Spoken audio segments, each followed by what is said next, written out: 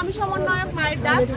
আমার সাথে যে ফ্যামিলিদেরকে দেখছেন, যে ফ্যামিলি আপনারা 12 বছর ধরে একসাথে, আমরা অনেকবার আপনাদের সাথে প্রেস কনফারেন্সে আমাদের ভাইদের ফিরে পাওয়ার জন্য দেশ আমরা দ্বিতীয়বার স্বাধীন হয়েছে, কিন্তু গত 5 দিনেও কিন্তু আমরা 3 জন মানুষ বের হয়ে এসছে সিকিউরিটি সেল থেকে, কিন্তু আমরা আমাদের ভাইদেরকে ফেরত পাইনি।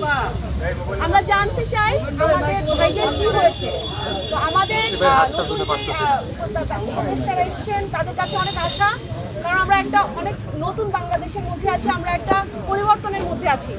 আমাদের প্রত্যেকের যে আশা, প্রত্যেকটা মা বোনেরা যেটা নিয়ে আজকে চিফ অ্যাডভাইজার কি বললো আপনাদেরকে?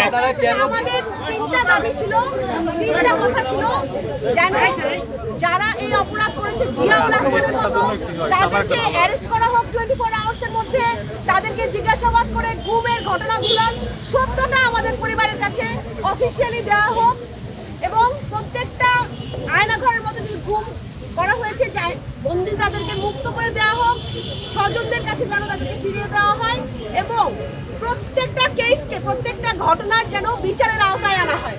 এই 3টা আমাদের প্রধান দাবি ছিল। তিনি আমাদের কথা শুনেছেন এবং তিনি আমাদেরকে ইনশাআল্লাহ বলেছেন যে আশা রাখতে, এবং তিনি এই পদক্ষেপগুলো নিচ্ছেন। আমাদের 2009 থেকে 2022-23 পর্যন্ত তো অনেক গুম হয়েছে। আপনারা জানেন যে লিস্টেড কেস ছিল 750-এর উপরে।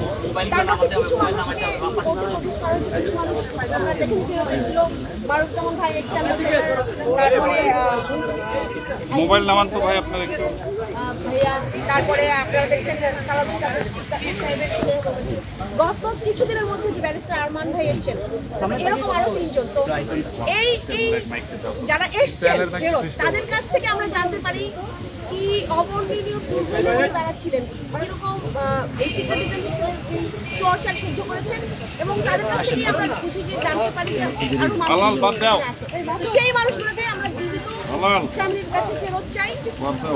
তারা বেঁচে আছে কিনা, তারা বেঁচে নাই সেটাও আমরা জানতে চাই।